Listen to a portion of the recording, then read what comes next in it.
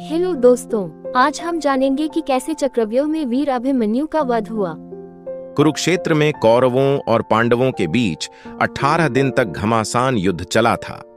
एक ओर धर्म के लिए लड़ने वाले पांडव थे तो दूसरी ओर छल कपट और धोखा देने में माहिर कौरव। उन्होंने छल से युद्ध जीतने के लिए एक रणनीति बनाई। उनकी योजना थी कि वो अर्जुन को युद्ध में उलझाकर चारों भाइयों से दूर ले जाएंगे और फिर युधिष्ठिर को बंदी बनाकर युद्ध जीत लेंगे। अब युद्ध वाले दिन कौरव सेना की एक टुकड़ी अर्जुन से युद्ध करते हुए उन्हें रणभूमि से दूर ले गई। वहीं गुरु द्रोणाचार्य ने युधिष्ठिर को बंदी बनाने के लिए चक्रव्यूह की रचना की, जबकि पांडवों में सिर्फ अर्जुन को पता था कि चक्रव्यूह को कैसे तोड़ना है। अर्जुन के दूर जाते ही गुरु द्रोणाचार्य ने पांडवों को ललकारते हुए कहा कि या तो युद्ध लड़ो या फिर हार मान लो। युद्ध के नियम के अनुसार युद्ध लड़ना जरूरी था। यदि युद्ध न करते तो भी हार जाते और युद्ध करते तो भी हार निश्चित थी। अब धर्मराज युधिष्ठिर को कुछ सूझ नहीं रहा था कि क्या करें और क्या न करें।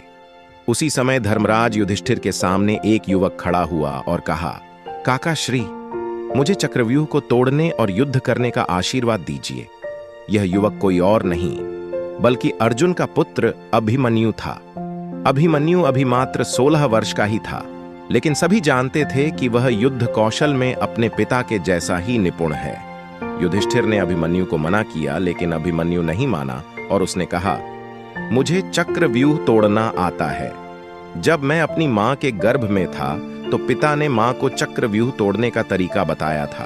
बस तभी मैंने इसे सीख लिया था। मैं आगे रहूंगा और आप सब मेरे पीछे पीछे आइए।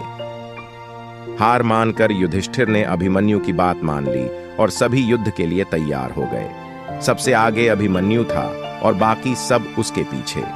अभिमन्यु को रण क्षेत्र में देखकर कौरव मजाक उड़ाने लगे कि यह छोटा बालक क्या युद्ध करेगा।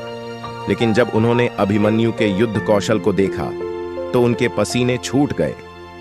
आगे बढ़ते हुए अभिमन्यु ने दुर्योधन के पुत्र लक्ष्मण का मार गिराया और चक्रव्यूह में प्रवेश कर गया। उसके चक्रव्यूह में प्रवेश करते ही सिंधु के राजा जयद्रथ ने चक्रव्यूह का द्वार बंद कर दिया ताकि चारों भाई चक्रव्यूह में प्रवेश न कर पाए। अभिमन्यु आगे बढ़ता जा रहा था। उसने एक एक करके सभी योद्धाओं का हरा दिया, जिनमें स्वयं दुर्योधन, कर्ण और गुरु द्रोण भी शामिल थे। किसी को कोई उपाय समझ नहीं आ रहा था। तभी कौरवों के सभी महारथियों ने एक साथ मिलकर अभिमन्यु पर हमला कर दिया। किसी ने उसका धनुष तोड़ दिया तो किसी ने रथ। इसके बावजूद अभिमन्यु नहीं रुका। उसने रथ का पहिया उठाकर युद्ध करना शुरू कर दिया। बड़े बड़े महारथियों के साथ वीर अभिमन्यु अकेला लड़ता रहा, लेकिन वह अकेला कब तक लड़ता। अंत में सभी ने मिलकर उसकी हत्या कर दी और अभिमन्यु वीर गति को प्राप्त हुआ। अभिमन्यु की मृत्यु के बाद अर्जुन ने प्रतिज्ञा ली कि वह अगले दिन युद्ध में जयद्रथ का वध कर देगा। आज शूरवीर अभिमन्यु का नाम कर्ण और अर्जुन से भी पहले सम्मान के साथ लिया जाता है। ऐसे ही मजेदार वीडियोस देखने के लिए हमारी चैनल ट्रेंडी वीडियोस को सब्सक्राइब करें और वीडियोस पे लाइक एंड कमेंट करें। धन्यवाद।